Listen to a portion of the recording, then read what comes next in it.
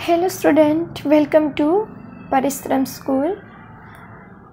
Subject computer, chapter number 3। आज हम discussion करेंगे चैप्टर नंबर 3 के बारे में, जिसका नेम है designing simple website using composer. Composer through हम कैसे सिंपली वेबसाइट क्रिएट कर सकते हैं, ये सब इस चैप्टर में दिया गया है। Most of topic practical base है और जो भी थियरी बेस है वो मैं आपको यहाँ पे क्लियर करवाती जाऊँगी।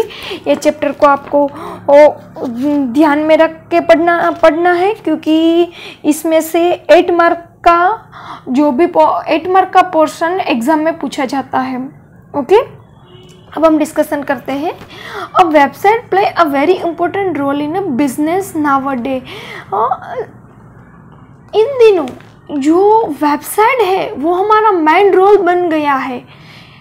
क्यों? क्योंकि अगर मुझे कुछ भी ऑनलाइन शॉपिंग करना हो, अगर मुझे कोई बिजनेस स्टार्ट करना हो मेरा ऑनलाइन, तो फर्स्ट ऑफ ऑल मुझे वेबसाइट बनानी पड़ेगी। ओके, इसलिए यहाँ इम्पोर्टेंट रोल बताया गया है वेबसाइट को।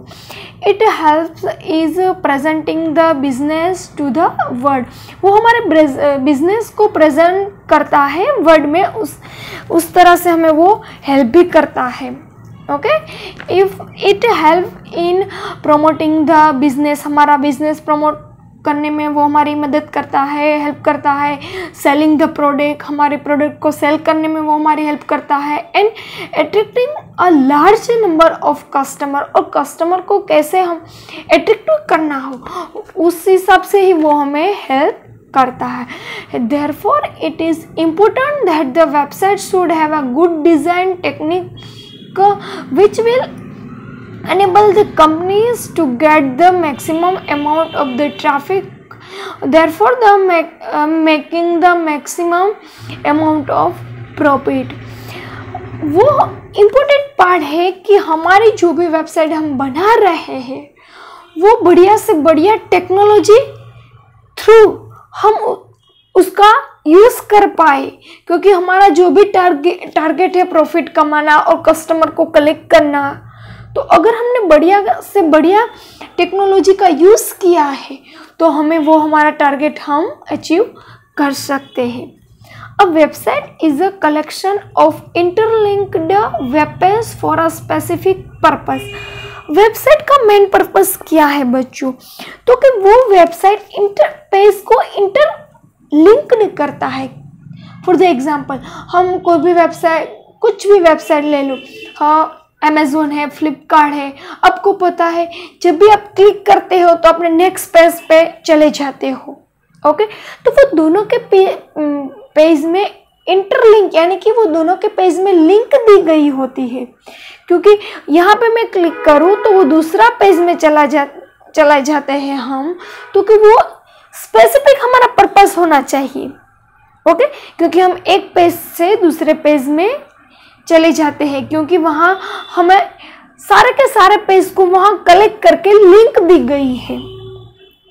Okay, the challenge however is creating a website that interactive, user friendly and providing accurate and useful information। Today हम वेबसाइट क्रिएट करना ही हमारे लिए एक चैलेंज की बात होती है, क्योंकि हम जब भी वेबसाइट क्रिएट करते हैं हमें कहीं ऐसे पॉइंट हमें ध्यान में रखने पड़ते हैं। फॉर द एग्जांपल, हमें वेबसाइट बनाने में हमारे इंटरैक्टिव है, वो यूज़र फ्रेंडली होनी चाहिए, वो हमारी एक्यूरेसी प्रोवाइड करनी चाहिए, और हमें सारे के सारे इंफॉर्मेशन हमें यहाँ मिलनी चाहिए। ओके, ये सारे के सारे पॉइंट्स हमारी वेबसाइट में होने चाहिए, तो ऐसी वेबसाइट बनाना ही हमारे लिए एक चैलेंज की बात है। Okay, the website should be designed in such a way that the user find the website informative and visit is repeatedly। हम उस हिसाब से वेबसाइट को डिजाइन करें कि यूजर कोई भी इंफॉर्मेशन इजीली फाइंड कर सकता है, वो बार बार हमारी वेबसाइट में इंटरेस्ट ले सकता है, वो बार बार हमारी वेबसाइट में विजिट कर सकता है। तो उसके लिए हमें ऐसी वेबसाइट क्रिएट करनी चाहिए कि ये सारे गोल हमारे अचीव हो। This object can be achieved if appropriate care is taken at the time of website design. This chapter discuss the generally point to be considered while the planning of a website. इस chapter में हमें यही achieve करना है कि हमें कैसे normally हमारी वेबसाइट का हम प्लानिंग कर सकते हैं और we will create a website using Composer and publish it on internet. हम कंपोजर थ्रू कैसे वेबसाइट बना सकते हैं और कैसे हम इंटरनेट थ्रू उसको पब्लिश कर सकते हैं, यही हमें इस चैप्टर में दिया गया है. Planning for the website. Developing a good website is a project similar to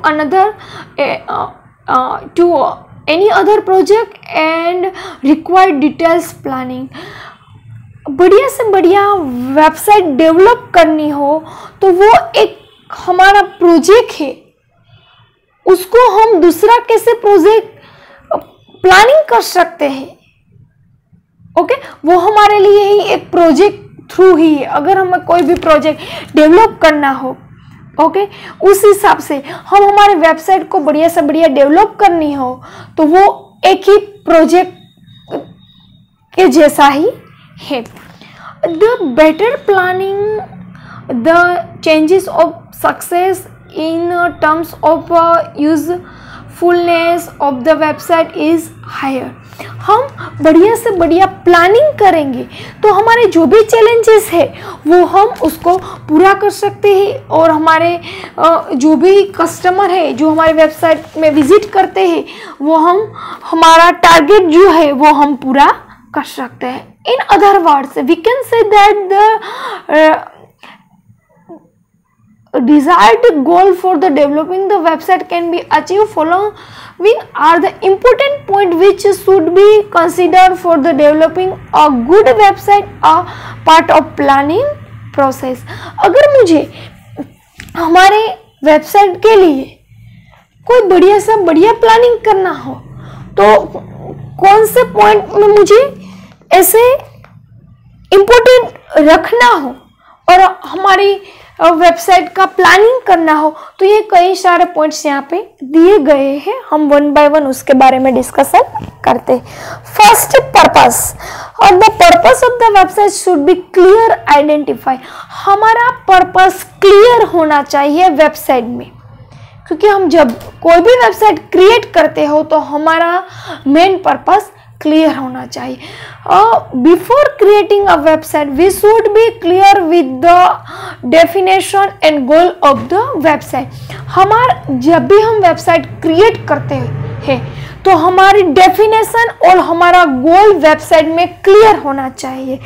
A properly designed website will be helpful to the organization. हमने properly डिज़ाइन की होगी वेबसाइट की तो वो हमें हेल्पफुल होगी हमारे ऑर्गेनाइजेशन के लिए.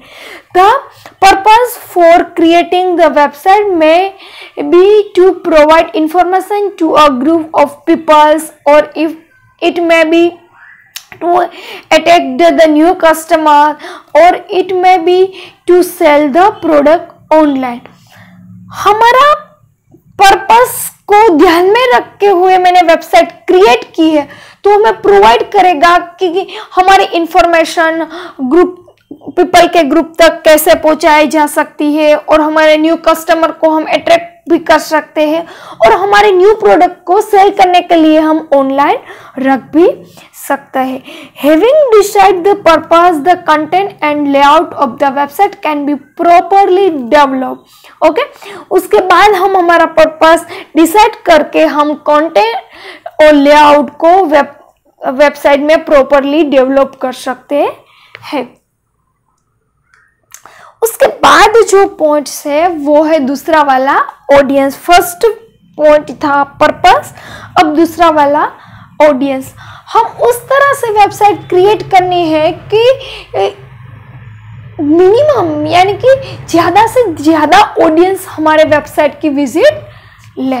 Before we start with the designing part we should now the expected user of the website. हमारा मेन पर्पस क्या होता है कि हम ऐसे एक्सपेक्ट कर सकते हैं कि ज़्यादा से ज़्यादा ऑडियंस हमारे वेबसाइट की मुलाकात यानी कि विजिट करें। The website should contain both generally and details information. Website में हमें दोनों तरह की इंफॉर्मेशन रखनी है, जनरली और detail information. It should also contain specify and non specify data.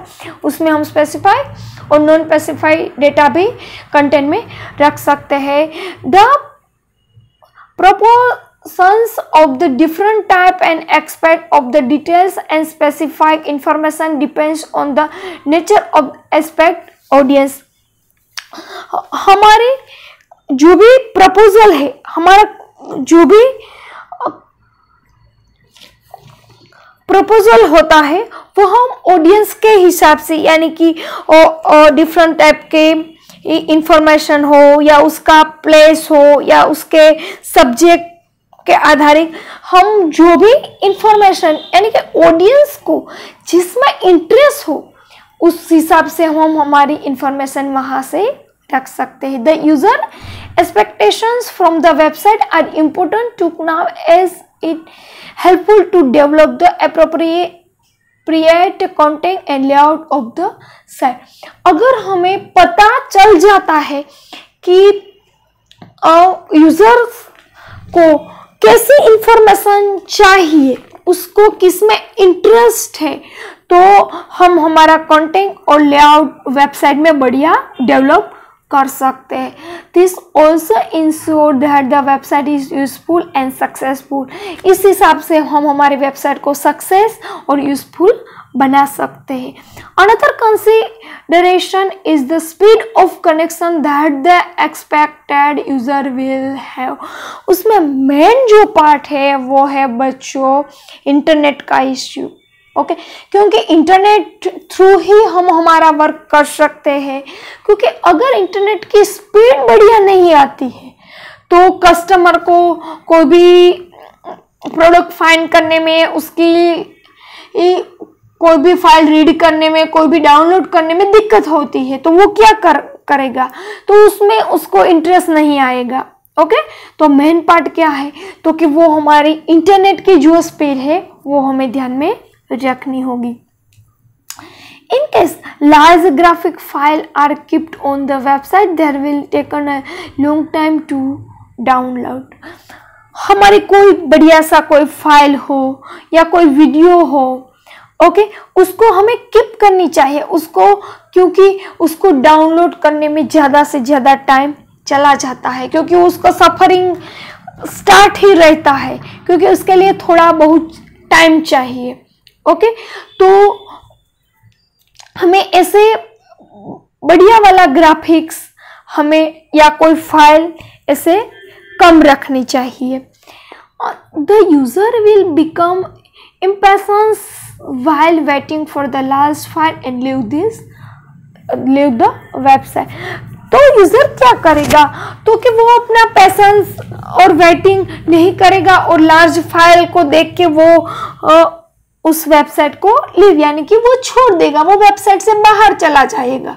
Okay, तो हमें ये भी ध्यान में रखना है कि जब भी हम वेबसाइट क्रिएट करें तो हमारा ग्राफिकल या कोई फाइल या कोई वीडियो हो तो कि उसको लिमिटेशन में रख के ही वहाँ पे रखना चाहिए। Thus it is a describable that the website should contain a minimum required graphic and multimedia files।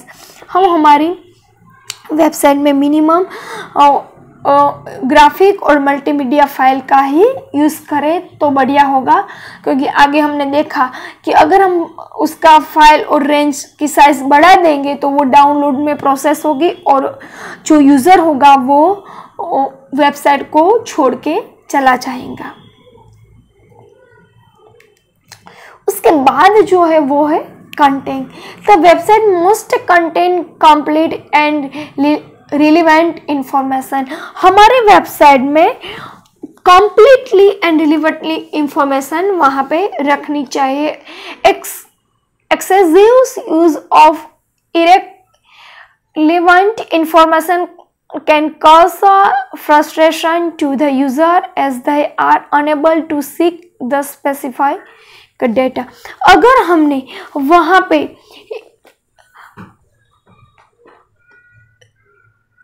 इररिलेटिव information रखी हो, ओके, तो जो यूजर्स होगा वो कैसा फ्रस्ट्रेशन, यूजर को फ्रस्ट्रेशन होगा, ओके, वो अपनी जो स्पेसिफिक इंफॉर्मेशन है, वो जो डेटा है वो उसको वहाँ से नहीं मिल पाएगा, ओके, इसलिए हम कंप्लीटली और रिलेटिव इंफॉर्मेशन ही वहाँ पे रखेंगे।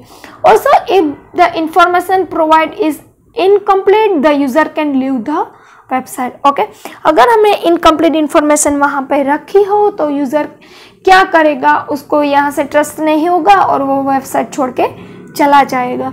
Placing appropriate and relative content will specify user and sustains their interest in the website।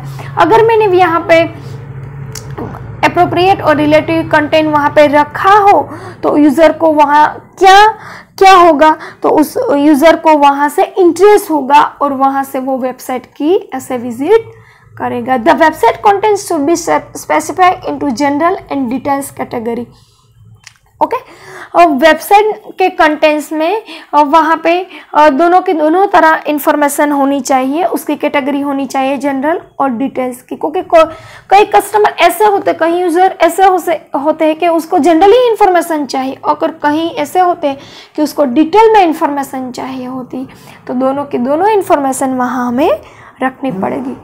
तो generally content provide an overview of the site, organization, product and service and other items। Generally वो overview हमें देगा किसका, तो कि website में जो organisation होगी, वो प्रोडक्ट और सर्विस होगी और उसके आइटम्स के बारे में कंटेंट हमें जनरली ओवरव्यू देगा। Brief descriptive information help use in determine what is in he is searching. Descriptive जो इंफॉर्मेशन होगी वो यूज़र को हेल्प होगी और सर्चिंग में जाके वो वहाँ से इंफॉर्मेशन सर्च कर सकता है। It direct to the appropriate specified data and inform about other available item at the site. वो डायरेक्टली भी वो प्रोडक्ट अवेलेबल है या नहीं और वो इंफॉर्मेशन से वो उसको यहाँ पे जान सकता है और कोई भी चीज़ हो तो उसको वो वहाँ से स्पेसिफाई या फाइंड कर सकता है। The detail content provide user with the detail information of the site like product and service describe, okay, वहाँ हम हमारी सर्विस कंटेंट में हमें कैसे डिटेल्स में, कंटेंट की डिटेल्स में वहाँ प्रोडक्ट और सर्विस की सारी डिस्क्रिप्शन वहाँ पे इंफॉर्मेशन दी गई होती है।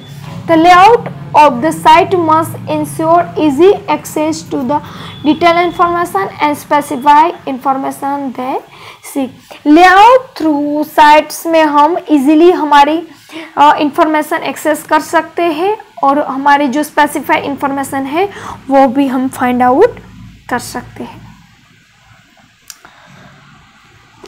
थर्ड वाला था कंटेंट। अब फोर्थ वाला जो है वो है medium. More and more people are using internet through smartphone and tablet. आपको पता है टुडे पीपल इंटरनेट का यूज करके ये स्मार्टफोन, टैबलेट्स, कंप्यूटर इसका यूज करते हैं। Okay, the website design should scale for the all the device like computer, smartphone and tablet। आपको ऐसी वेबसाइट बनानी है कि वो all डिवाइस उसको यूज कर पाए, या कंप्यूटर हो या स्मार्टफोन हो या टैबलेट हो। Okay, also the website should be designed keeping in mind that it is well displayed in all the popular web browser like Mozilla Firefox, Chrome, Opera और इंटरनेट एक्सप्लोरर। बच्चों आपको website इस तरह से design करनी है कि सारे के सारे वेब ब्राउजर अपनी वेबसाइट को डिस्प्ले कर सके। वो पॉपुलर जो वेब ब्राउजर है, मोजिला फायरफॉक्स, क्रोम है, ओपेरा है, इंटरनेट एक्सप्लोरर है, इस सारे के सारे वेब ब्राउजर हमारी वेबसाइट को डिस्प्ले कर सके। बच्चों अब हमने 4 पार्ट देखे। फर्स्ट था पर्पस, दूसरा ऑडियंस था और तीसरा कंटेंट था और जो फोर्थ वाला था मीडियम। ओके, इन 4 के बारे में हम सारे के प्लानिंग, ये थे हमारे वेबसाइट के प्लानिंग। हमें अगर वेबसाइट को प्लानिंग करना हो तो ये 4 पार्ट हमारे वेबसाइट में इम्पोर्टेंट है कि हमें हमारा पर्पस कैसा रखना है, ऑडियंस के बारे में हमने यहाँ पे सीखा, और हमारा कंटेंट कैसा होना चाहिए, और हमारा मीडियम कैसा होना चाहिए। ओके, क्लियर बच्चों?